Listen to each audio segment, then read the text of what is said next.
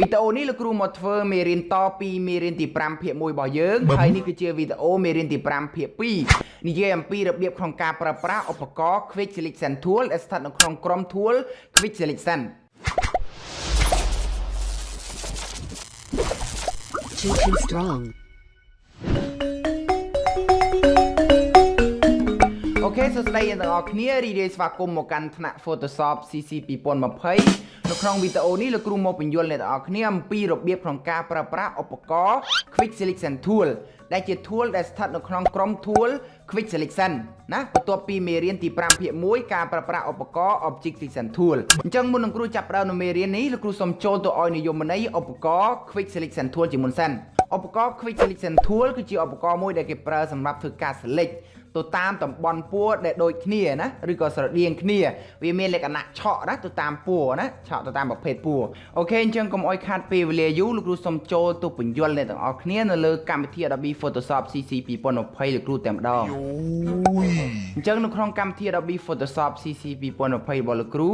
រូបានរៀបចំរូបភាពចំនួន2សន្លឹកដើម្បីធ្វើការឧទាហរណ៍ជូនអ្នកទាំងអស់គ្នាទាក់ទងនឹងការប្រើប្រាស់ឧបករណ៍ Quick Selection Tool មួយនេះដូច្នេះដើម្បីងាយស្រួលក្នុងការសិក្សានិងប្រើប្រាស់ឧបករណ៍ Quick Selection Tool លោកគ្រូសូមបញ្យល់អ្នកទាំងអស់គ្នាត្រង់ចំណុច Option Bar ខាងលើរបស់ឧបករណ៍ Quick Selection Tool ជាមុនសិនយើងដឹងហើយថា Option Bar គឺជាការកំណត់បន្ថែមណាទៅលើឧបករណ៍យើងណាទៅលើ tool យើងណាគ្រប់ tool ទាំងអស់សុទ្ធតែមានការកំណត់បន្ថែមណាត្រង់ចំណុច Option Bar ទាំងអស់ណាអូខេលោកគ្រូសូមបញ្យល់ត្រង់ចំណុច Option ណានៃការ select នេះទាក់ទងនឹង option នៃការ select នេះមានតែ3ទេណាវាខុសគ្នាទៅនឹង tool object selection tool នេះវាមានដល់ទៅ4ហើយវាខុសរូបរាងគ្នាទៀតណា object selection tool វាមាន option ជាលក្ខណៈជា shape វិញណាតែឧបករណ៍ quick selection tool វិញវាមានលក្ខណៈជាជក់ណាជា brush ណាវាមានតែ3ឯងខុសគ្នាតែហ្នឹងឯងអញ្ចឹងត្រង់ option ទី1នេះគឺគេប្រើវាសម្រាប់បង្កើត selection ថ្មីណាឬក៏ហៅថា new selection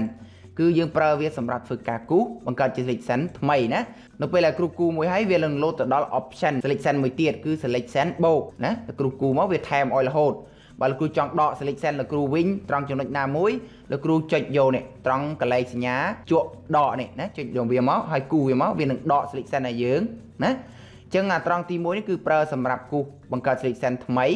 ទី2នេះគឺប្រើសម្រាប់ add selection ហើយទី3នេះណា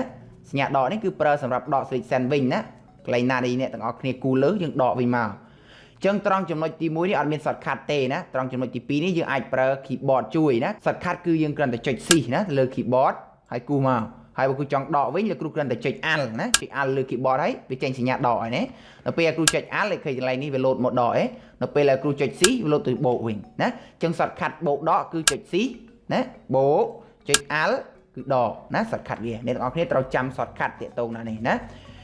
ចាកន្លែងនេះលោកគ្រូបញ្យល់ម្ដងហើយម្ដងទៀតហើយនេះដូច tool ផ្សេងនេះក៏វាមានបូកដកវាដែរតែវាខុសតែរូបរាងគ្នាទេណាអូខេអញ្ចឹង option បន្តទៀតណា option ទី4ហ្នឹងគឺគេប្រើវាសម្រាប់ធ្វើការកំណត់ទំហំជក់ឬក៏ទំហំប្រាស់របស់យើងណាឧទាហរណ៍ថាគ្រូទាញ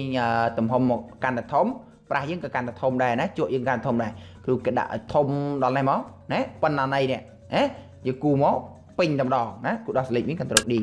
แล้วครูចង់ឲ្យវាតូចវិញតែគ្រូសេរីវាមកនេះចាប់សេរីចឹងមកណាចាប់ទាញវាទៅមុខទៅក្រោយចឹងមកឬក៏អាចវាយលេខចូលត្រង់កន្លែងនេះក៏បានដែរឧទាហរណ៍គ្រូដាក់10ណា10ប៉ុណ្ណាជក់យើងទូញាប់អូគ្រូទាញវិញណាទាញយកប៉ុណ្ណេះមកតូចពេកគ្រូទាញប៉ុណ្ណេះមក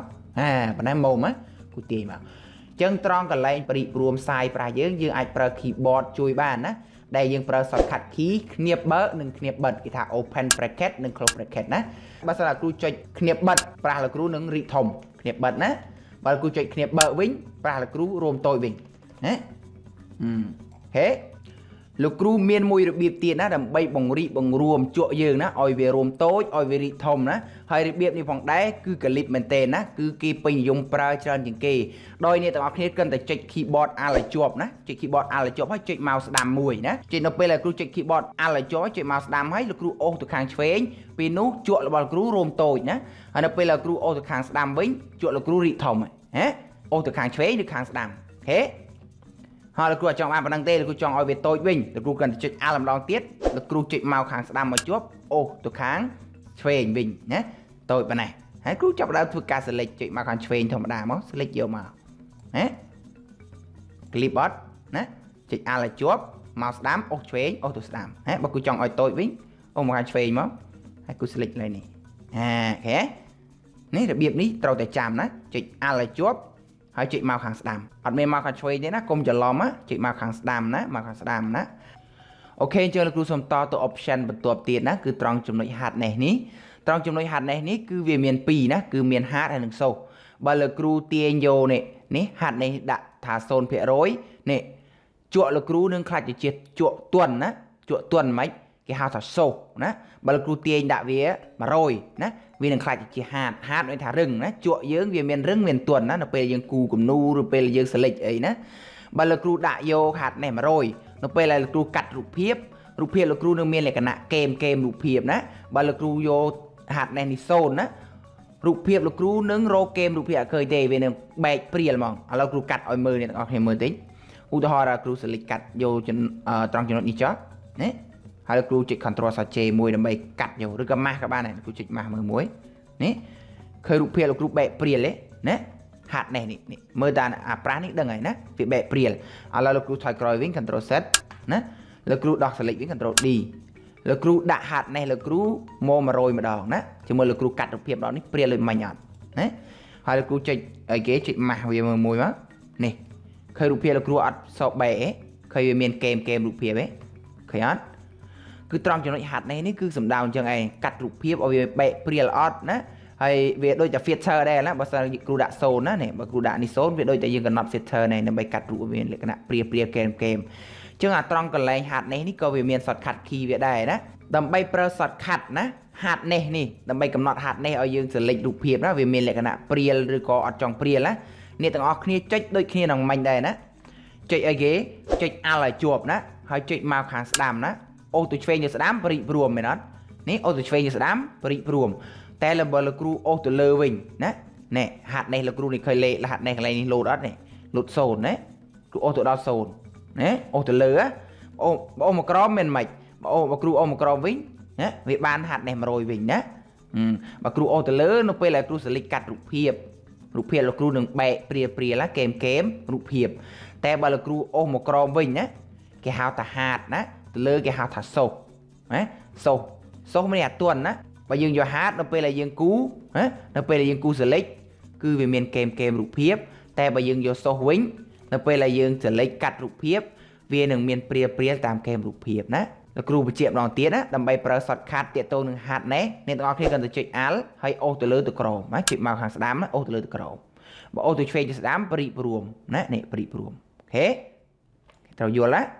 អូខេលោកគ្រូសូមតទៅមកចំណុចទៀតណាត្រង់ចំណុច spacing នេះសំដៅទៅលើកម្លាតនេះទេណាសំដៅទៅលើកម្លាតប្រាស់យើងឧទាហរណ៍ថាគ្រូយក spacing 39ចុះណាឥឡូវគ្រូយកប្រាស់ប៉ុណ្ណេះចុះហើយដល់ពេលដែលគ្រូចុចណាចុចមកខាងឆ្វេងឲ្យជាប់ឃើញវាកម្លាតទេណាកម្លាតប្រាស់យើងណាឃើញអត់វារីកធំចុចឲ្យជាប់នេះកម្លាត spacing ណាបើស៊ីអត់មាន shortcut ទេណាមួយទៀតណាត្រង់ចំណុចកង់រ៉េតនេះត្រង់វងមូលនេះណាត្រង់ចំណុចវងមូលនេះណាត្រង់ចំណុចវងមូលនេះគឺសម្រាប់ធ្វើការផ្លាស់ប្ដូរណានេះរូបរាងប្រាស់យើងនេះហើយប្រាស់យើងមូលអត់ពេលលោកគ្រូចង់ឲ្យប្រាស់លោកគ្រូនេះវាសំដៅលើមុំនេះលើនេះដែរណានៅពេលគ្រូចង់ឲ្យមុំវាប្រែប្រួលនេះគ្រូសេរីមកឃើញមុំនេះប្រែប្រួលដក8ណាលោកគ្រូចង់ដូរទ្រង់ទ្រាយ mouse select របស់គ្រូឲ្យទៅជាសំប៉ែតវិញណាដូច big ចុចយើងចុចលើនេះមកណាឃើញ mouse លោកគ្រូដូរណាអាត្រង់កន្លែងនេះយល់ល្អអ្នកទាំងអស់គ្នាប្រើមូលមកណាយកមូលមកនេះទាញវាឡើងលើវិញទៅណាហើយដាក់កងចាក់នេះមកយក0ទៅក្រេណាកន្លែងនេះយក0ណាហើយ enter មកណាគ្រូគូលក្ខណៈមូលវាស្រួលជាងឥឡូវគ្រូសូមធ្វើការឧទាហរណ៍ណាកាត់រូបការឈូកនេះឲ្យអ្នកទាំងអស់គ្នាមើលមួយណា Ctrl D សិនមកណាគ្រូស៊ូមមកធំហើយគ្រូ select ណានៅត្រង់កន្លែងហាត់នេះគ្រូដាក់សូសគ្រូអត់ចង់បានសូសទេណាកាត់រូបភាពវាព្រាលបែកណាចឹងលោកគ្រូដាក់វាអីគេយកហាត់វិញណាអត់យកសូសទេលោកគ្រូចុច Alt ឲ្យជាប់ហើយយក mouse ចុចមកក្រោមចុចមកស្ដាំយកអ៊ំក្រោមហើយគ្រូ select ណាហុំលើផ្កាឈូកនេះមកណាអត់មានលឹះមានខ្វះអីណាបើវាមានលឹះខ្វះបូកដកវាមកណាចុច Alt ចុច C មកលោកគ្រូចង់បានខាងក្រោមមួយទៀតណាលោកគ្រូបរួមប្រាស់យើងណាចុច Alt ឲ្យជាប់ហើយចុចមកស្ដាំឲ្យជាប់អូសទៅខាងឆ្វេងណាហើយគ្រូ select បូកណា select បូកនេះណា select បូកមកអានេះ select ដកវិញនេះអានេះលឹះហើយនេះ select ដកវិញចុច Alt ឲ្យជាប់ដកវិញមកដកវិញណាគ្រូបរួម ប្រាស់គ្រូអត់តូចតិចណាចុច Alt ឲ្យជាប់ចុចមកខាងស្ដាំអូសទៅខាងឆ្វេងណាបូអានេះដកវិញណាចុច Alt ឲ្យជាប់នេះគូដកនេះអាកន្លែងនេះគូបូកវិញណាបូកវិញនេះគ្រូសុំកាត់យកប៉ុណ្ណឹងចោះបើអ្នកទាំងអស់គ្នាកាត់ឲ្យស្អាតមកណាលោកគ្រូចុច Control អក្សរ J ក៏បានលោកគ្រូចុច Mask តែនេះក៏បានណាចុច Control អក្សរ J មានយើង copy ឬក៏ចុចមកស្ដាំអញ្ចឹងក៏បានយកពាក្យថានេះ layer វ៉ា copy នេះណែគ្រូ copy បានហើយបិទភ្នែកមួយមកនេះអ្វីដែលគ្រូកាត់បានស្អាតឆេញណាបើលោកគ្រូឈប់លោកគ្រូបិទភ្នែកក្រោមដែរនេះអ្វីគ្រូកាត់បានទាក់ទងនឹងការប្រើប្រាស់ option នេះទាក់ទងនឹងការប្រើប្រាស់ quick selection នេះណាលោកគ្រូសូមឧទាហរណ៍ទៅរូបទី2ទៀតណែរូបទី2នេះរូបដំរីនេះស្រួលកាត់ណារូបដំរីនេះយើងអាចប្រើនេះប្រើ object selection tool នេះក៏បានដោយសារតា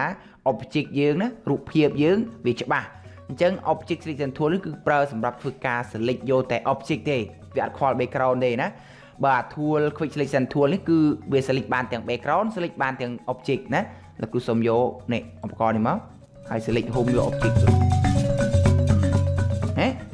អាកន្លែងនេះត្រង់កន្លែងជើងនេះលើសហើយនេះអញ្ចឹងលោកគ្រូប្រើឧបករណ៍នេះមកជួយណានេះ quick selection tool នេះមកជួយណាដកគ្រូចុច Alt ឲ្យជាប់ហើយគ្រូដកដកបានហើយកន្លែងណាលើសទៀតនេះកន្លែងនេះលើសទៀតគ្រូចុចដកទៀតណាចុច Alt ឲ្យជាប់ណាមានកន្លែងណាលើសទៀតកន្លែងណាលើសទៀតមើលនេះខ្វះវិញគ្រូចុចបូកនេះធម្មតាវាចាប់យក option បូកស្រេចណាអញ្ចឹងយើងមិនបាច់ចាំចុចទេណាមិនបាច់ចាំចុចស៊ីទេនេះគ្រូបូកហើយគ្រូស៊ូមមកធំដើម្បីងាយស្រួលមើលលោកគ្រូបរិព្រមប្រាស់លោកគ្រូឲ្យតូចសិនណាចុច Alt ឲ្យជាប់ហើយចុចមកស្ដាំអូសទៅខាងឆ្វេងណាបូកវាមកបូកទៅនេះមួយទៀតបូកទៅនេះមួយទៀតណាបូកទៅនេះមួយទៀតមើលស៊ូមមកធំមកនេះគូយកប៉ុណ្ណេះចោះណានេះកន្លែងនេះគួរដកវិញណាចុច Alt ឲ្យជាប់មកដកនេះស្អាតឆេញណាស្អាតហើយមើលកន្លែងនេះកន្លែងនេះលោកគ្រូគួរបូកឬគួរដកលោកគ្រូចុចដកណានេះចុចត្រង់ option ដកនេះក៏បានចុច Alt ក៏បានណាគ្រូដកកន្លែងនេះមកណាឃើញវាចន្លោះឃើញរូបភាពក៏ចង់ឃើញ background ក្រោយហើយលោកគ្រូចង់ copy ក៏បានលោកគ្រូចុច Mask ត្រង់កន្លែងនេះក៏បានដែរណាចុច Mask នេះអ្វីដែលគ្រូកាត់បានស្អាតឆេញណាលុប background បានហើយអូខេចឹងកន្លែងនេះយើងយល់ហើយណាអូខេចឹងវីដេអូនេះមានតែប៉ុណ្្នឹងណាជួបលោកគ្រូនៅវីដេអូក្រោយទៀតទាក់ទងនឹងការប្រើប្រាស់ឧបករណ៍ Magic Wand Tool ណាដែលជាឧបករណ៍បញ្ចប់ណានៃមេរៀនទី5យើងណាបន្ទាប់ពីចប់មេរៀនហើយលោកគ្រូមានលំហាត់អនុវត្តណាឲ្យធ្វើច្រើនណាលោកគ្រូនឹងដាក់ link ឲ្យ download នៅខាងក្រោមវីដេអូ description របស់លោកគ្រូអូខេជាចុងក្រោយលោកគ្រូសូមអរគុណច្រើនសម្រាប់ការតាមដានទស្សនារបស់អ្នកទាំងអស់គ្នាសូមកុំភ្លេចចុច like និង subscribe channel លោកគ្រូមួយផងដើម្បីទទួលបានវីដេអូថ្មីៗណាក្រោយៗទៀតអូខេអរគុណច្រើនសวัสดีครับ Chhou strong.